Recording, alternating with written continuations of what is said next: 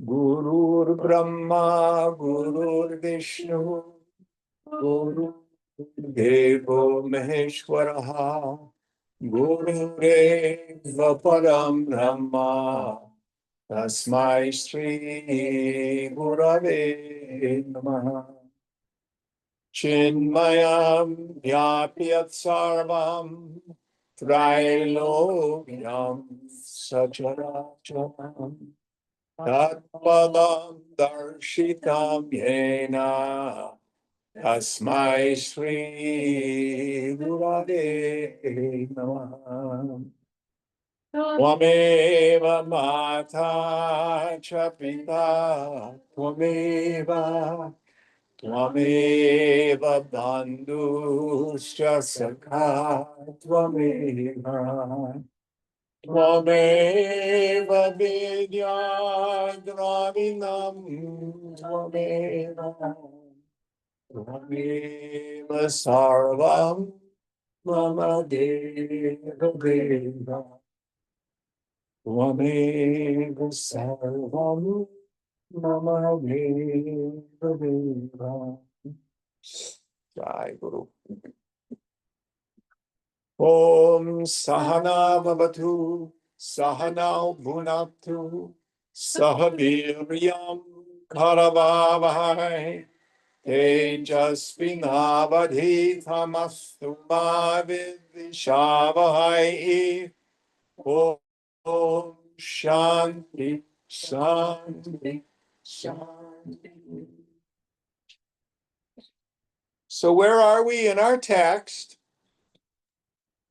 Chapter 48. Chapter 48. Awareness is free. Yeah. While the mind is centered in the body and consciousness is centered in the mind, awareness is free. The body has its urges and mind its pains and pleasures. So let's again clarify terms. We have chit, chitta, chaitanya. Can anybody think of any other words with that as a root? Chit. Here he's translating chit as awareness. It's another name for the self. Chitta, mind stuff, where manas, mind, buddhi, intellect takes place.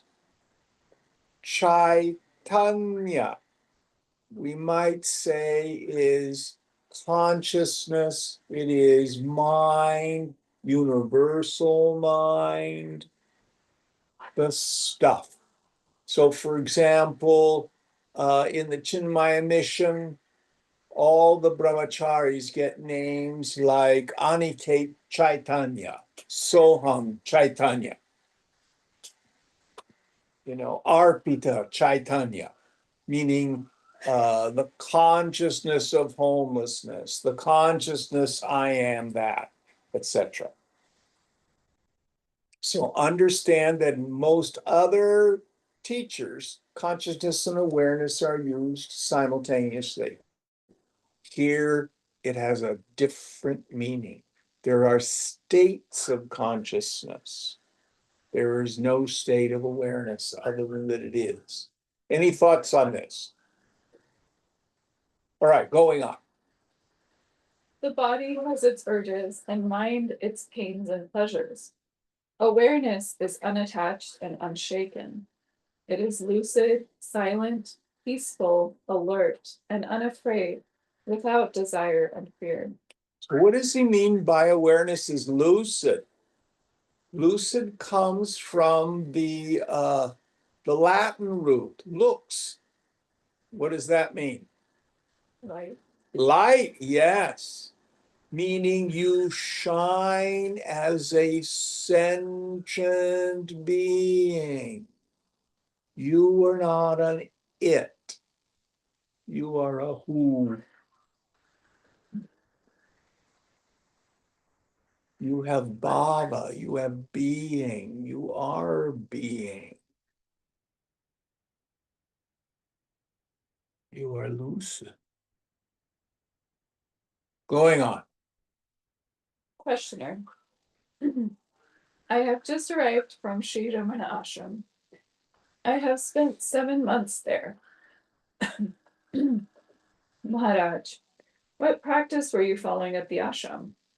Questioner. As far as I could, I concentrated on the who am I? Maharaj. Which way were you doing it? Verbally? Questioner.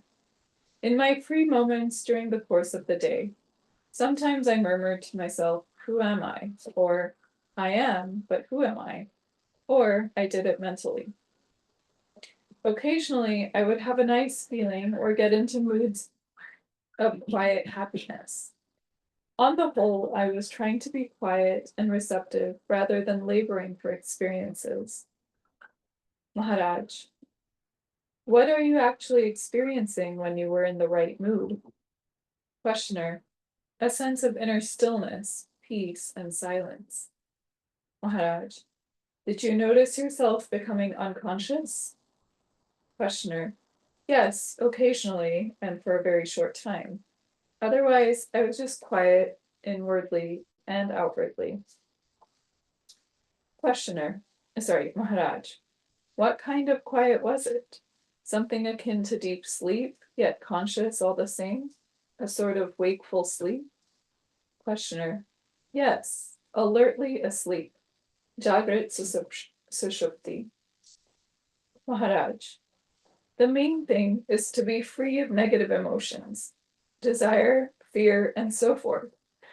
The 6 enemies of the mind. Once the mind is free of them, the rest will come easily. Just as cloth kept in soapy water will become clean, so will the mind become purified in the stream of pure feeling. Now let me stop there. How do we do that? First, we have to internalize the spiritual axiom.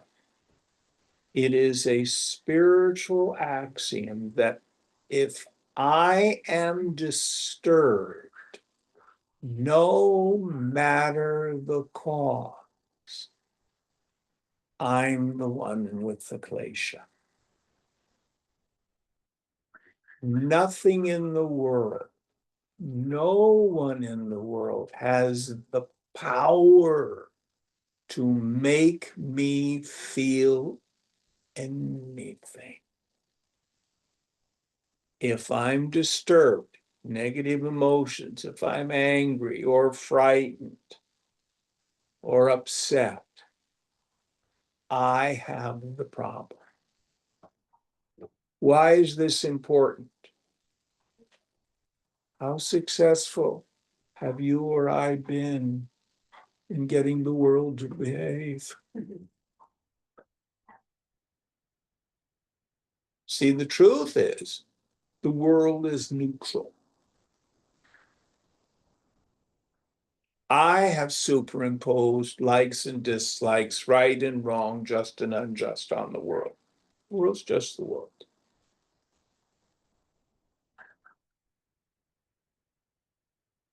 Well, if I'm cheated, don't I have a right to be angry?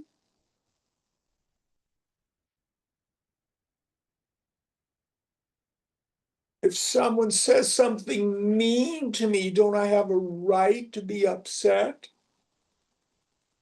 You can do whatever you wish. It's your yoga. But there's no freedom in that, ever. I'm trying to get so-and-so to blah, blah, blah, blah, blah. Who's gone down that rabbit hole?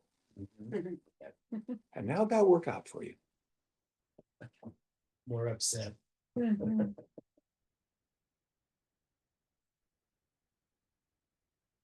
You can't teach a pig to sing. It doesn't work, and it annoys the pig.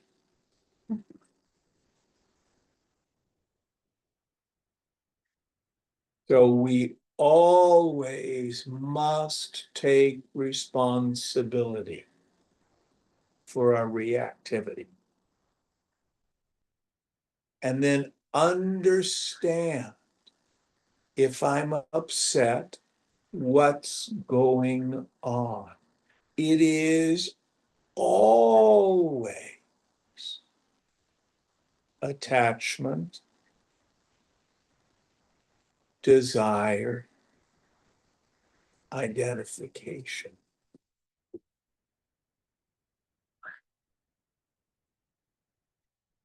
Now, I'm not saying that you're wrong and the world is right. We're not talking about right and wrong. We're talking about whether or not I'm upset. Any thoughts on this before we go on? Steady wisdom cannot arise as long as we're continually tyrannized by the mind.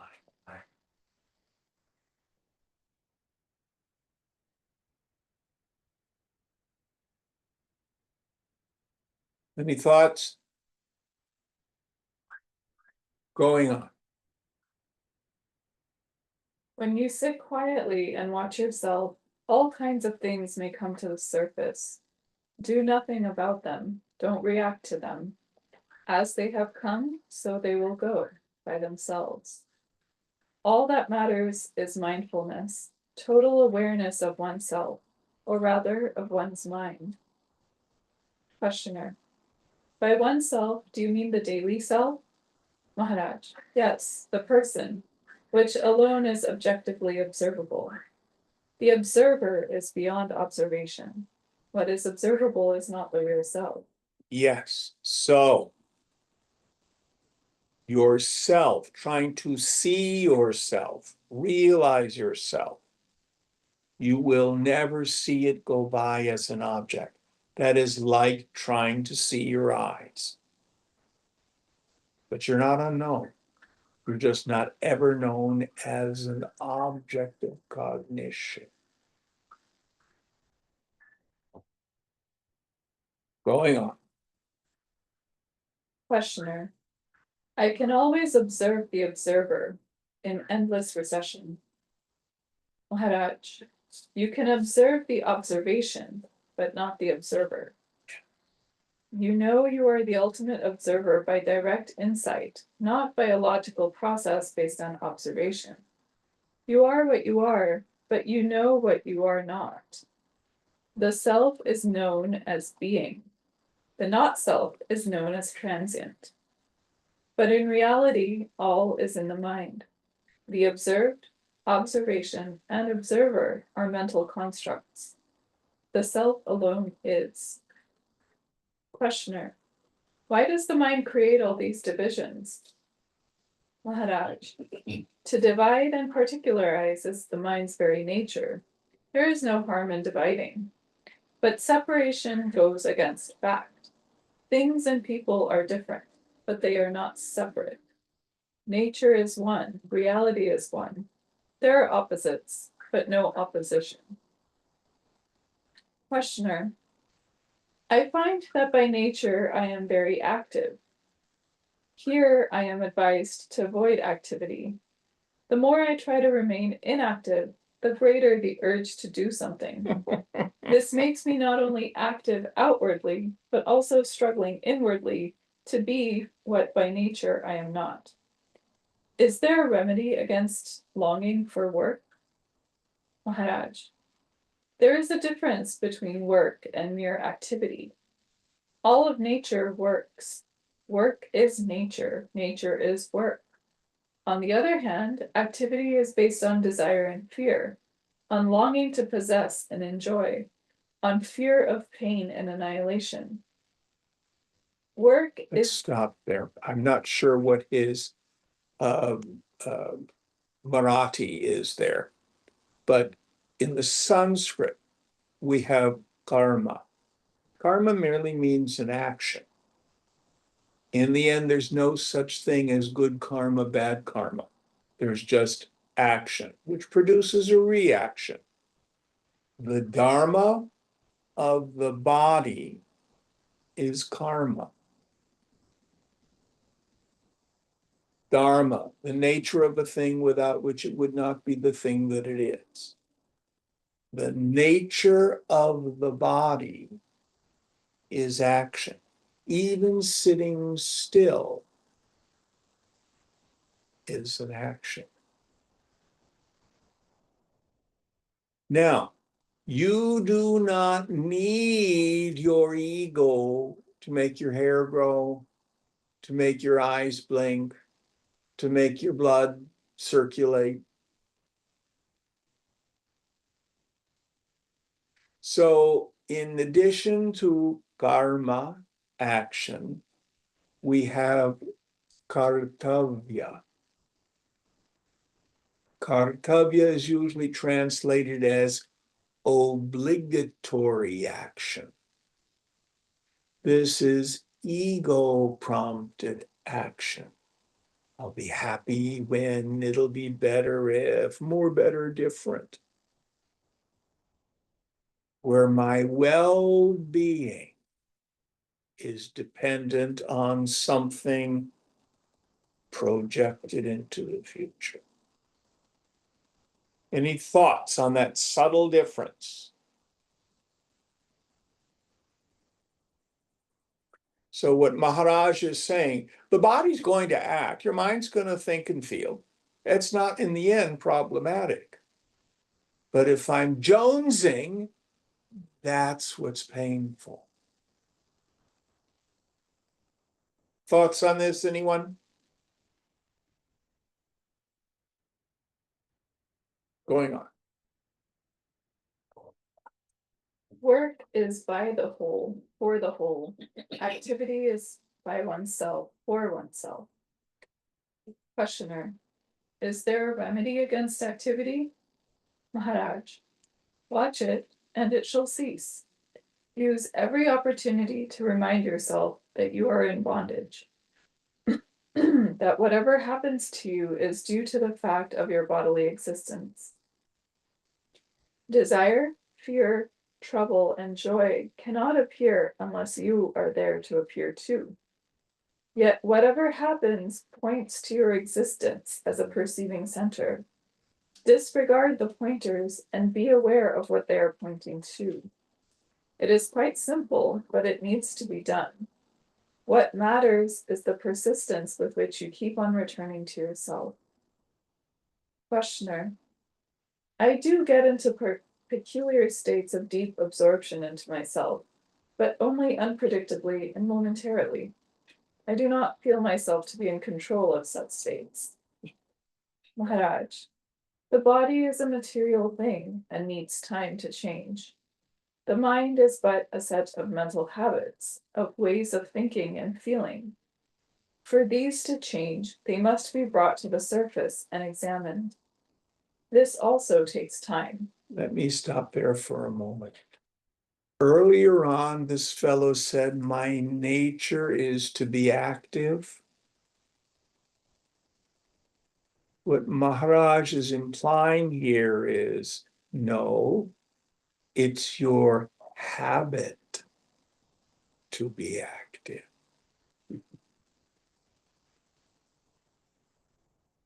When we use the word, it's my nature to be fill in the blank, the implication is I'm created this way, this is what I am, and it's not changeable.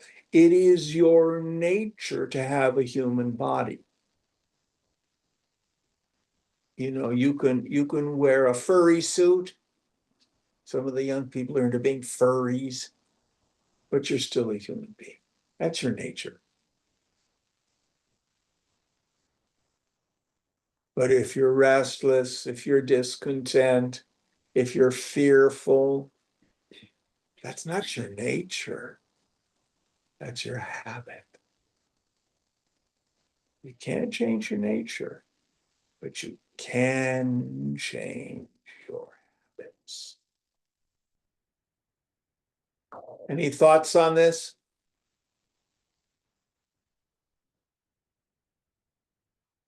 Going on.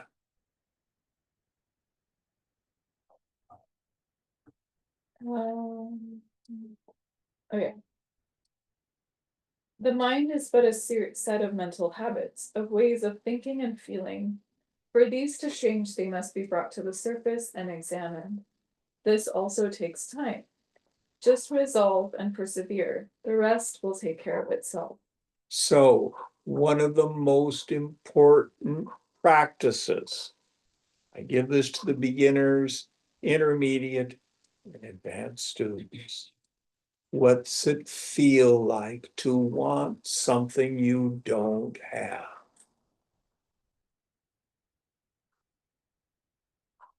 It sucks. The more I want it, further away it is, the more painful it is. Yoga says that kama, that craving, there's its positive or assertive side, raga, and its negative side, dvesha, aversion. Yoga then says, can you find any other kind of suffering? We'll put physical pain on the shelf for now. That has its own particular stuff about it. But that's not what tortures most of us. So what we need to do is own our dukkha, own our suffering. If I'm unhappy, if I'm upset, it's not because of the job, it's not because of the finances, it's not because of the landlord, it's not because of my spouse, it's not because of my sibling. It's because I'm wanting, I'm attached. Only then can we have subhej, auspicious desire, which is the desire to be free from desire.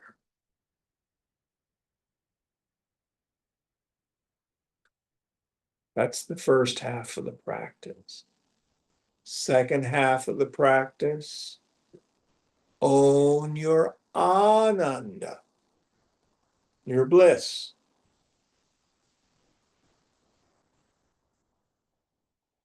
Those of us who've been through Panchadashi, the last 5 chapters, are all about ananda. And he says, as human beings, we experience ananda in 3 ways. Vasanananda, Vishayananda, and Brahmananda.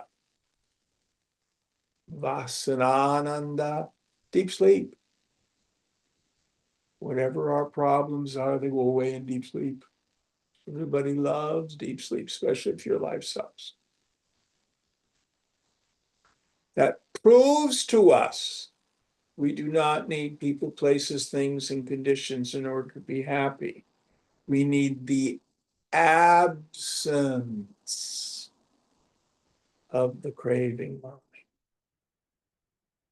Vishayananda, Vishaya is sense objects. When desire and object of desire become one, for a moment, I get a hit, I get a squirt, I get a kiss of the bliss of Brahman. Meaning at that point of pleasure, for an instant, the mind is free from its restlessness, its discontent, its irritability. comes home for a second. In my foolishness, I think it's out there. In truth, it's a taste of myself. So you've got to pay attention to your mind. You mean ice cream, good music, sex, the approval of others, all does the same thing to my mind? Yes. Happiness always tastes the same. Now, it'll vary in intensity and duration. And there's a whole gradation. If it's a gross object, it's more easy to achieve. The hit is real intense, but it's very short-lived. As it gets subtler, feelings or ideals, harder to achieve, but the happiness can be more enduring. What's the subtlest of all objects of desire? Knowledge of the self, Nope, that's not really knowledge of God. of God. You could say that. Your idea of God or the Guru can bring you lots of happiness. But the third way is Brahmananda. When the yogi develops the trick of being able to just let go of the world and let the mind abide absorbed in the self. This is a non-mediated experience. We don't need the medium of a sense object.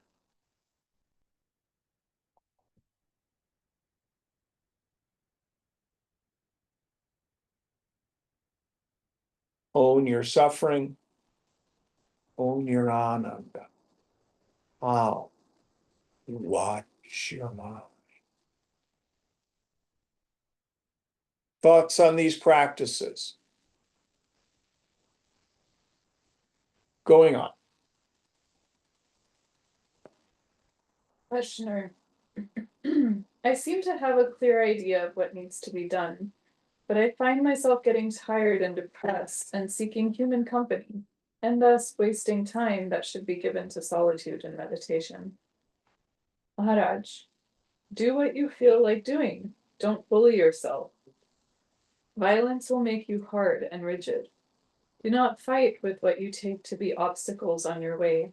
Just be interested in them, watch them, observe, inquire. Let anything happen, good or bad, but don't let yourself be submerged by what happens. So, in the Raja Yoga tradition, our first two steps are yamas and niyamas. If you're like me and I have a hard time remembering them all, they can all be boiled down to ahimsa. What's ahimsa? Non-violence, non-injury. Non-injury, non-hurting, non-violence. Listen carefully. Pointed outward, don't hurt other people. Pointed inward, don't hurt yourself. He calls it don't bully yourself.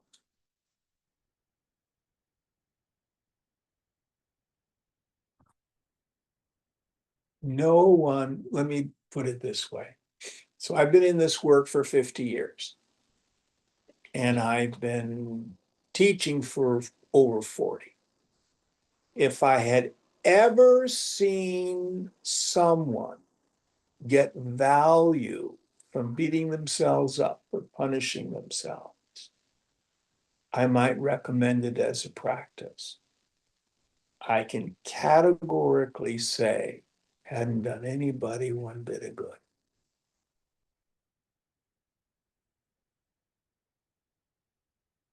Going on. Questioner. What is the purpose in reminding oneself all the time that one is the watcher? Maharaj. The mind must learn that beyond the moving mind, there is the background of awareness which does not change. Yes. The mind must come to know the true self and respect it and cease covering it up, like the moon, which obscures the sun during a solar eclipse. Just realize that nothing observable or experienceable is you or binds you. Take no notice of what is not yourself. Questioner. To do what you tell me, I must be ceaselessly aware. Maharaj. To be aware is to be awake. Unaware means sleep. You are aware anyhow. You need not try to be. What you need is to be aware of being aware. Be aware deliberately and consciously. Broaden and deepen the field of awareness. You are always conscious of the mind, but you are not aware of yourself as being conscious. Questioner. As far as I can make out, you give distinct meanings to the words mind, consciousness, and awareness. Maharaj. Look at it this way. The mind produces thoughts ceaselessly, even when you do not look at them. When you know what is going on in your mind, you call it consciousness. This is your waking state. Your consciousness shifts from sensation to sensation, from perception to perception, from idea to idea in endless succession. Then comes awareness, the direct insight into the whole of consciousness, the totality of the mind. The mind is like a river, flowing ceaselessly in the bed of the body. You identify yourself for a moment with some particular ripple and call it my thought. All you are conscious of is your mind. Awareness is the cognizance of consciousness as a whole.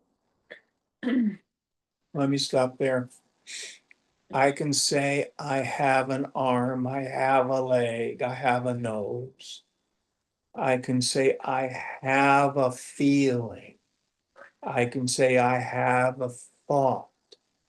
I can say I have an ego. But is awareness a possession of me? Do I have awareness? I can know an arm or a leg, a feeling or a thought. I can know the rise and fall of ego. But do I see awareness as an object?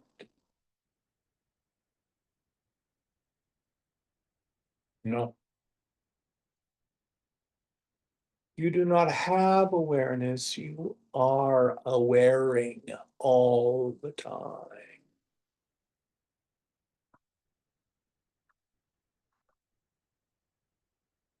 Now, what we need to do is examine that awareness, which is never known as an object, yet it is not unknown. It's me, it's myself.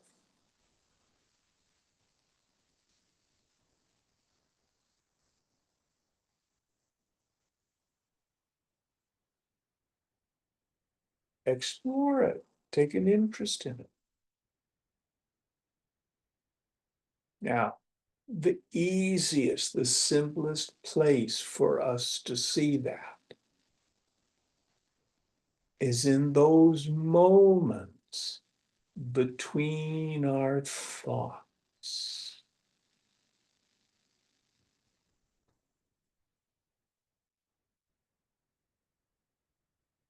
And who is it? What is it? Who knows both the thoughts and the space between the thoughts?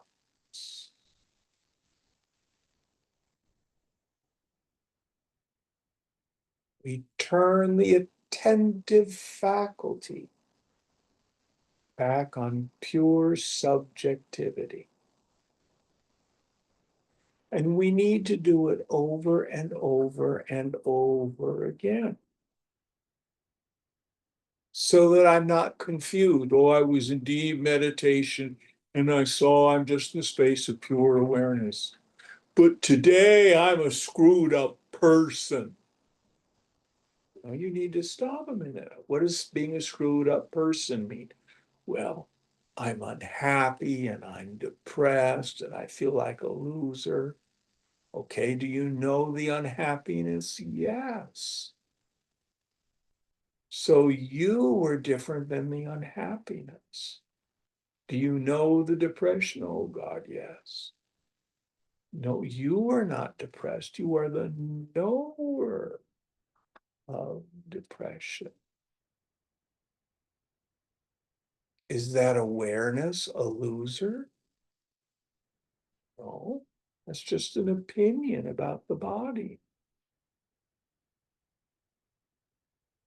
Who am I? What am I? And the opposite is true too. Oh, I'm winning the battle of life. I'm successful. I'm intelligent. I get what I want. That isn't you either.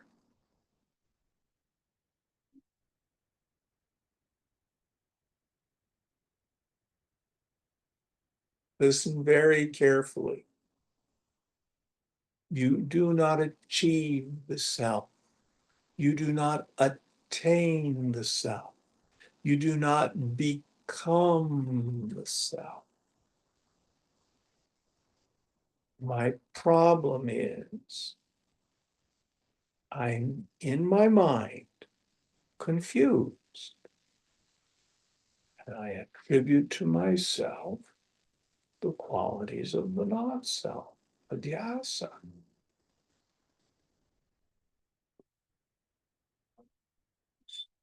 It's an error of thinking and perception. That's all.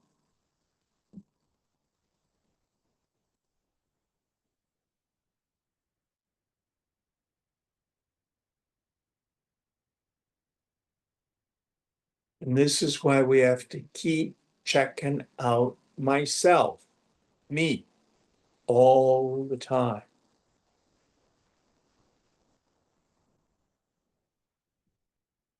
Any thoughts on this?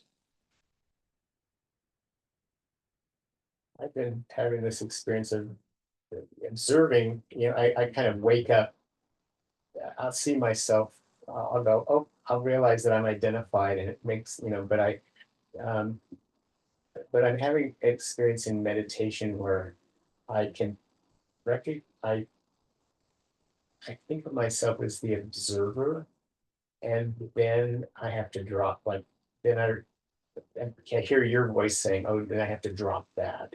It's like, oh, I can see I'm the observer, but I'm still identified as being the observer. And then I Don't get caught up in words. okay. Just if you can see it, let it go. And then I just let that go. And then there's, well, anyway, nothing. I mean, there's just awareness. Yeah, I mean, you can get caught up, is the observer behind the witness and what's behind the witness, words create ideas. Okay. Go to your direct experience.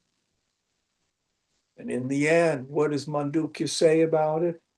Avyapadesham. What's that mean? Talk about it. Hmm. Talk about it. Untalk aboutable. Upadesha means to discuss or talk about things. Upadesha. The U then turns to a V because of the Sandhi rules. So it's avyapadesham. Indescribable.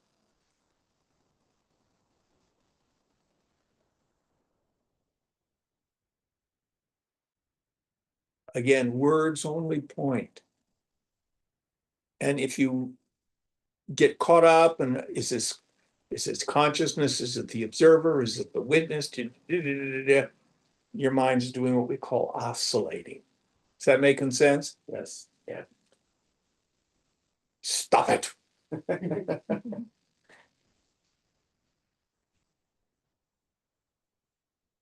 It's very simple in the end.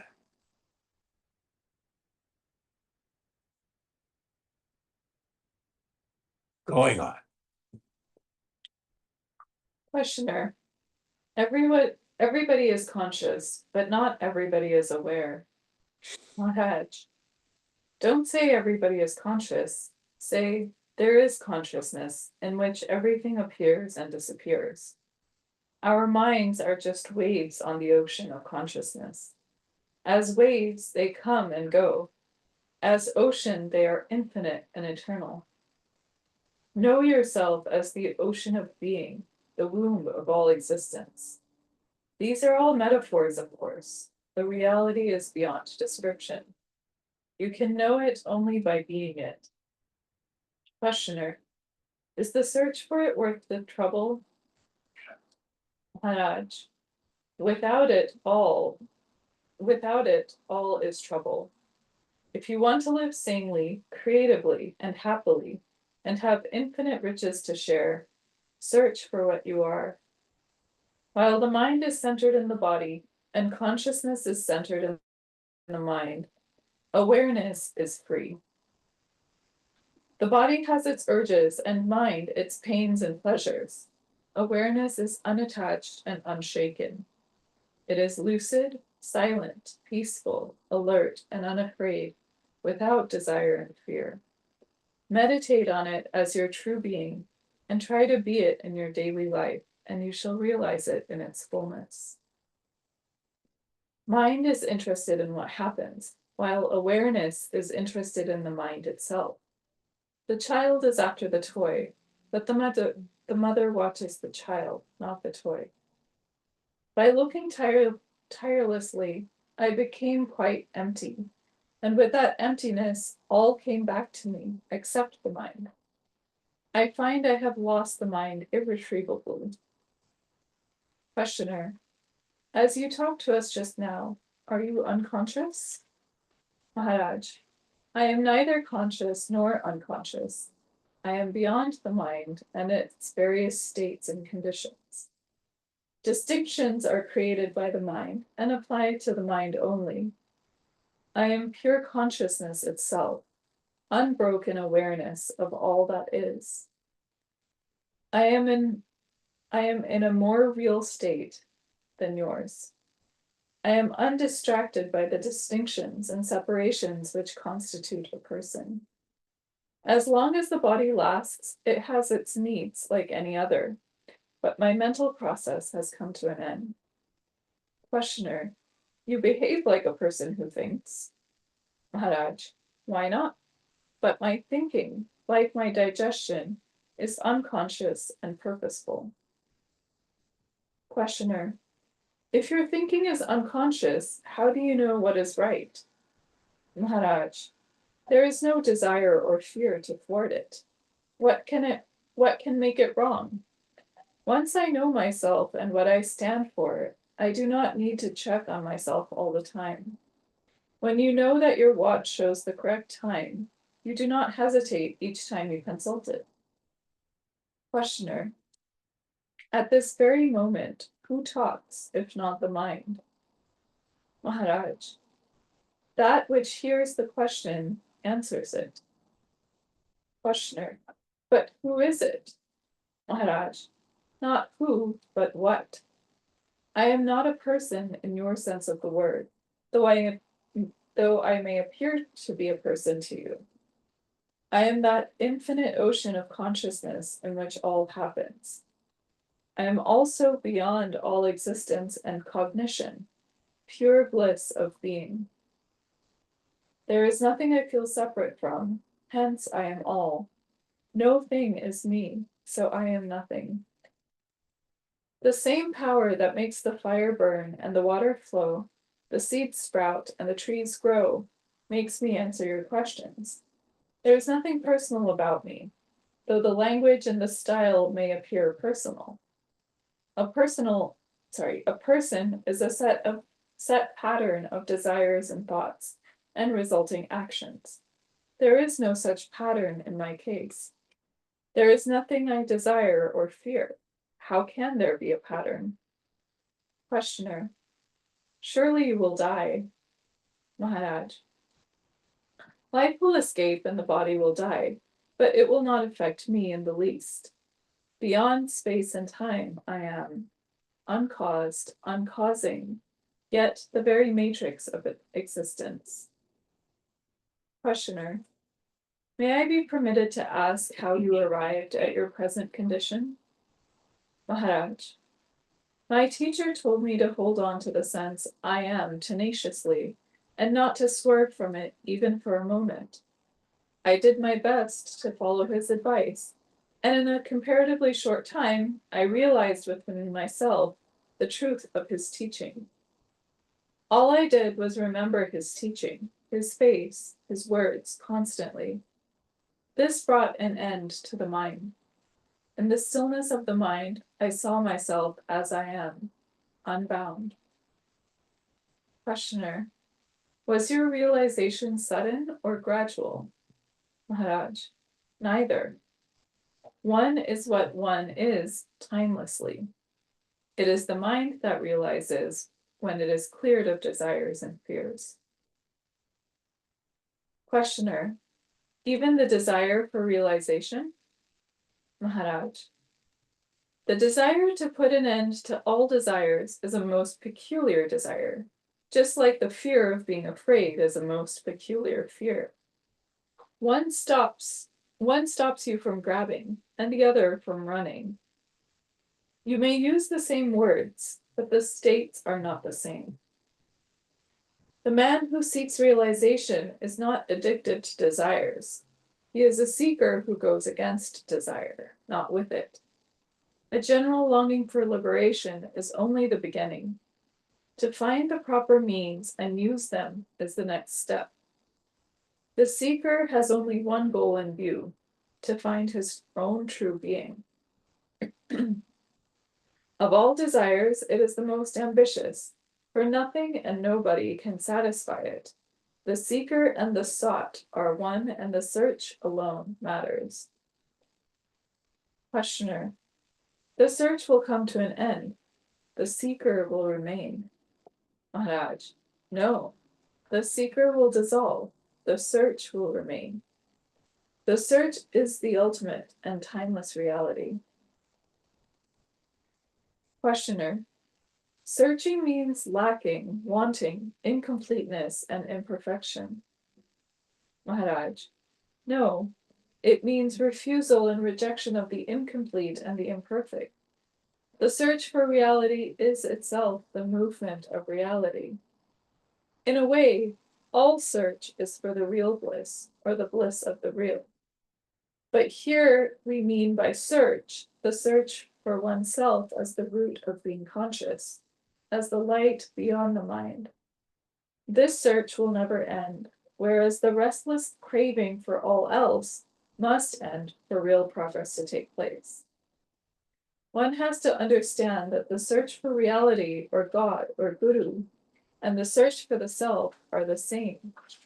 When one is found, all are found. When I am and God is become indistinguishable in your mind, then something will happen and you will know without a trace of doubt that God is because you are, and you are because God is. The two are one. Questioner. Since all is preordained, is our self-realization also preordained? Or are we free there at least? Maharaj. Destiny refers only to name and shape. Since you are neither body nor mind, destiny has no control over you. You are completely free. The cup is conditioned by its shape, material, use, and so on. But the space within the cup is free. It happens to be in the cup only when viewed in connection with the cup. Otherwise, it is just space. Let me stop there for a moment. This is one of the most mind-blowing facts. So we talk about Maya being an inherent power of Brahman. Because of Maya, things and beings appear like objects in a dream. And the beings that appear because of Maya have minds covered by ignorance and do not know their essential nature. But the truth is, Maya never really covers the cell.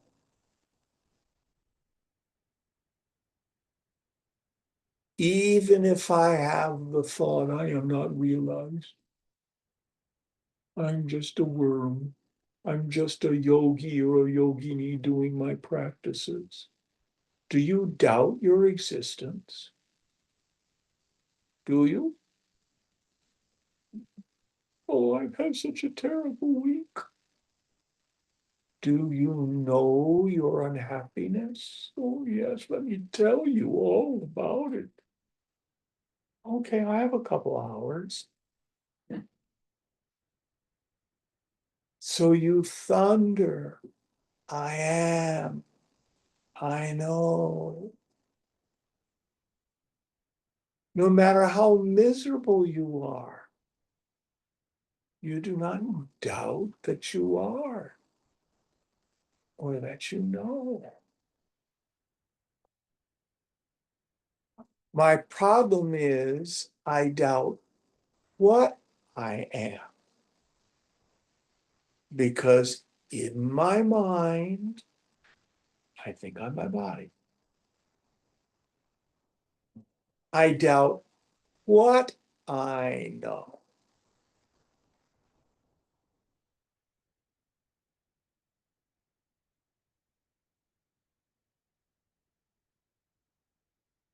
When are you ever not you? What about deep sleep? Actually, you are aware in deep sleep. I won't go too deeply into this. We prove it by the law of memory. You cannot remember something you haven't experienced. Did I sleep well last night? I don't know. Of course, you don't know. You weren't there. Did you sleep well last night? Oh, yes. Therefore, you must have been there. It is like the difference between being blind and shutting your eyes and seeing the back of your eyelids. When you shut your eyes, you are not blind. You cannot see the objects in the room. You are seeing the back of your eyelids, which obscures, it occludes the objects in the room. You are seeing darkness. That is deep sleep.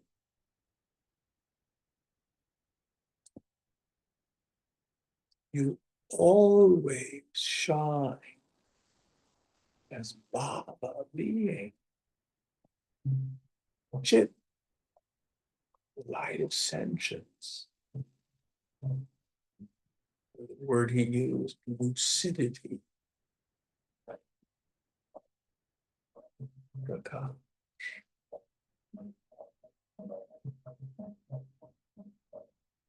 Don't believe me. Examine your direct experience.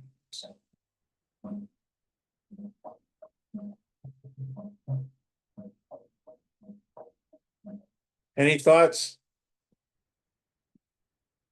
Going on.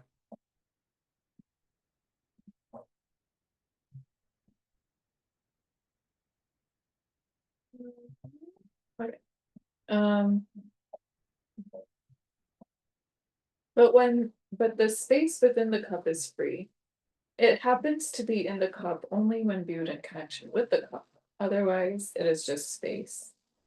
As long as there is a body, you appear to be embodied. Without the body, you are not disembodied, you just are.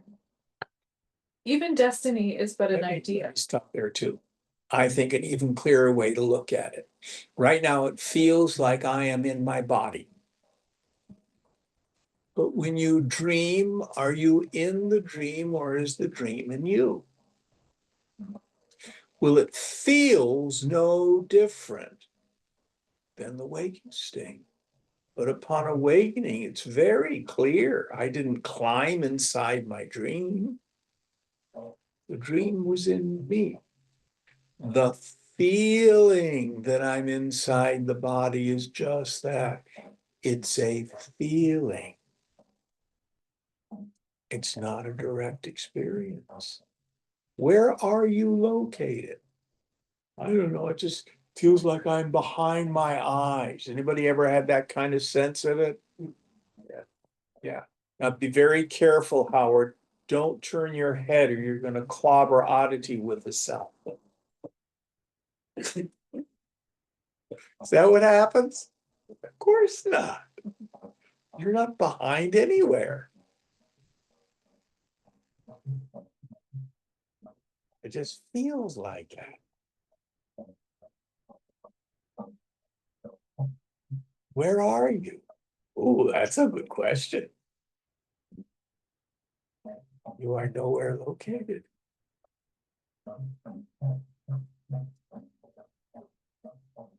You are outside of time and space. Little old me, huh?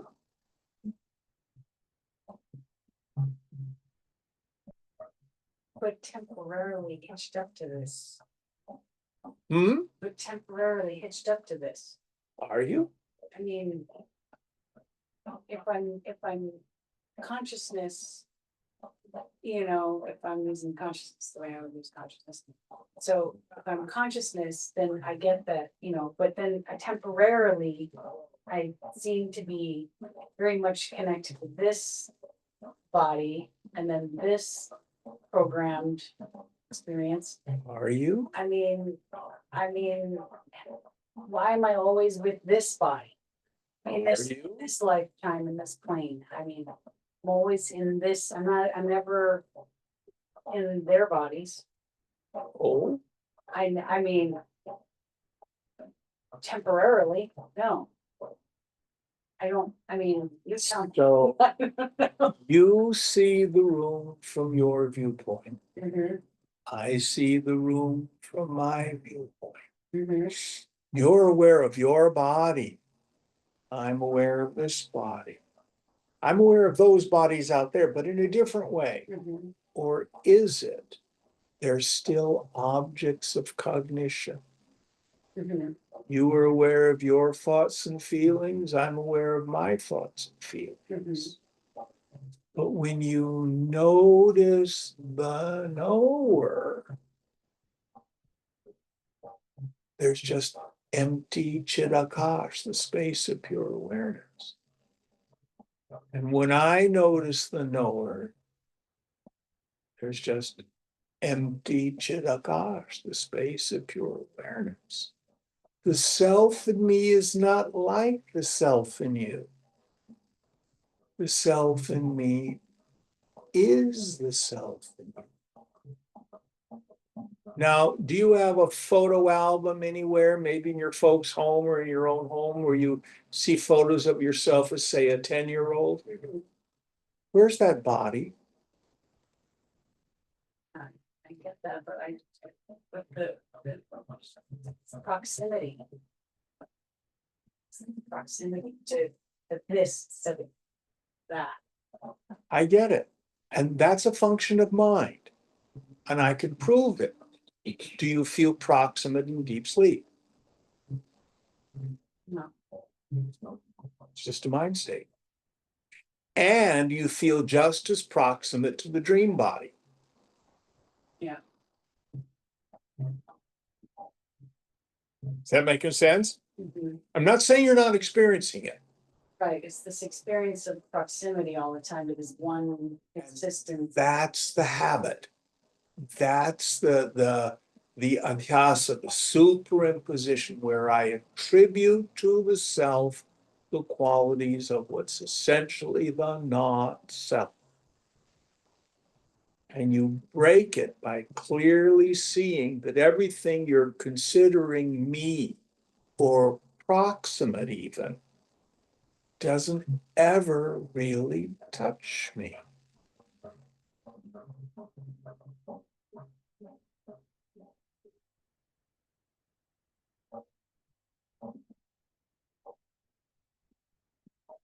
Don't believe me?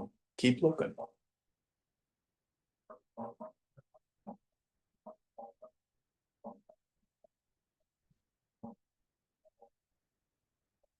It's kind of like a person who's identified with a particular kind of clothing. Howard, you may be not quite old enough to remember it, but do you remember when in the 70s we were Castro clones? Yes. 501 Levi's, Izod polo shirts, mustache. You have to remember the 70s. When I was living in Santa Barbara, someone would come down from San Francisco. You knew they were from San Francisco. Levi's, boots, Izod polo shirt, mustache. You know, see, like a uniform. God forbid they wore a puffy sweater. So identified with a look. It's the same kind of thing. Same kind of thing.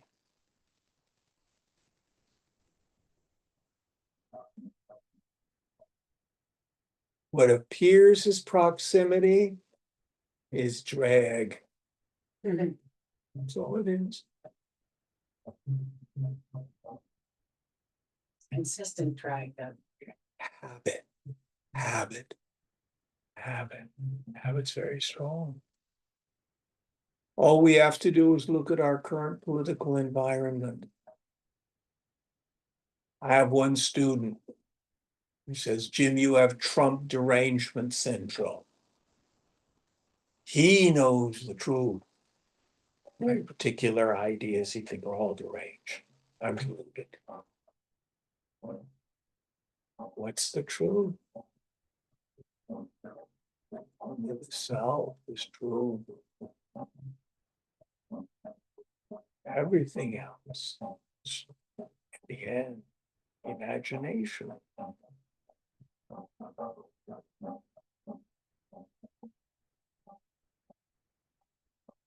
Is that useful? Mhm. Now, are you making your way through Vivekachudamani? I mean, a few verses a day. How far along are you in it? I mean, I don't know, but I don't know, they call chapters, it's like. What's the topic under discussion, that stuff you read? When was yesterday? It's talking about, I'm in the very beginning, it's like 7 or 8. something like Okay, that. okay. Yeah, it's talking about like, who's all, like. Like, who's I know, full I- and not a fool, Yeah. essentially. Yeah, Most of us are old. yeah. Good questions. Good questions. And you want to approach this work as a spiritual scientist, not as a religious person of great faith. A religious person of great faith hears these absolutes and, oh, I believe. No, you want to take them as hypotheses. Okay, this is what the guru says, this is what the scriptures say. Let me perform the experiment. See whether or not it's true. All right, going on. How much more in this chapter?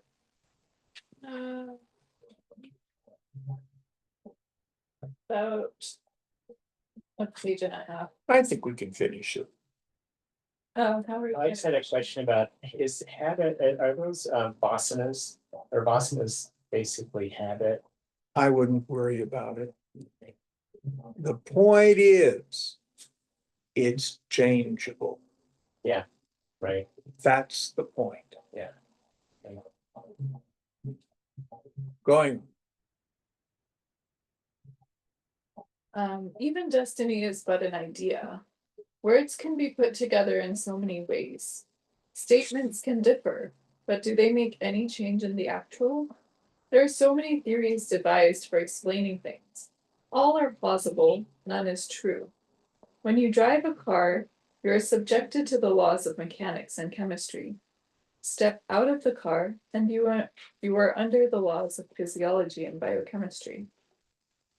Questioner: what is meditation and what are its uses? Maharaj: as long as you are a beginner, certain formalized meditations or prayers may be good for you. But for a seeker of reality, there is only one meditation: the rigorous refusal to harbor thoughts.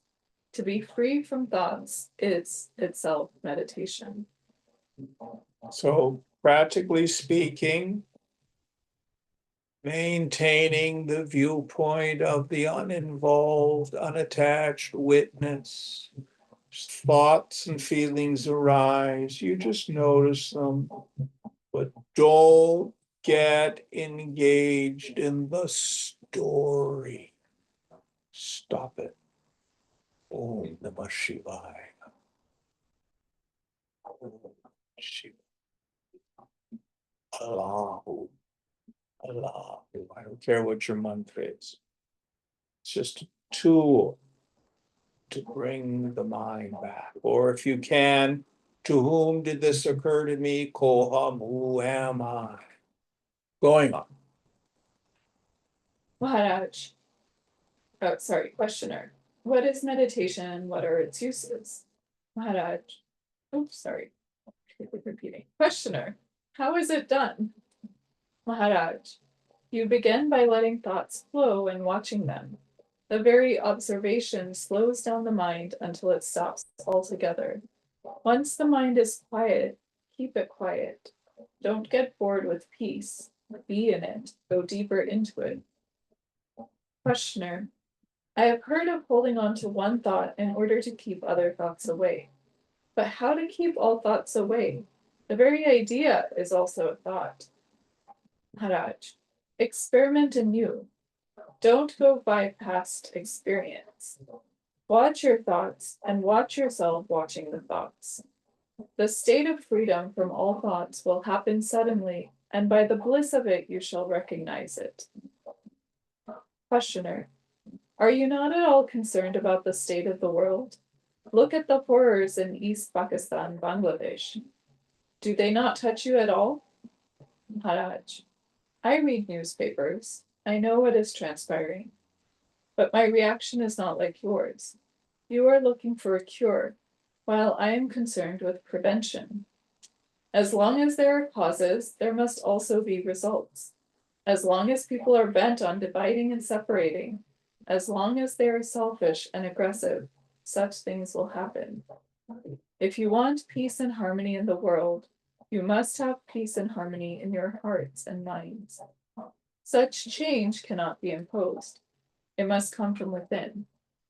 Those who abhor war must get war out of their own system. Without peaceful people, how can you have peace in the world? As long as people are as they are, the world must be as it is. I am doing my part in trying to help people to know themselves as the only cause of their own misery. In that sense, I am a useful man. But what I am in myself, what my normal state is, cannot be expressed in terms of social consciousness and usefulness. I may talk about it, use metaphors or parables, but I am acutely aware that it is just not so. Not that it cannot be experienced, it is experiencing itself, but it cannot be described in terms of a mind that must separate and oppose in order to know. The world is like a sheet of paper on which something is typed. The reading and the meaning will vary with the reader, but the paper is the common factor, always present, rarely perceived. When the ribbon is removed, typing leaves no trace on the paper. This is how my mind is. The impressions keep on coming, but no trace is left. Questioner: why do you sit here talking to people?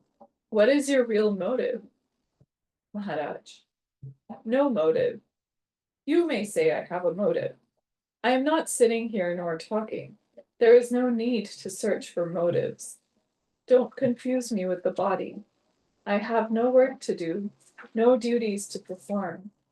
That part of me which you may call God will look after the world.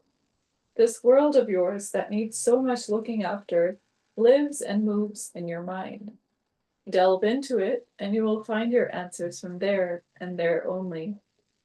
Where else do you expect them to come from? Outside your consciousness, does anything exist? Questioner.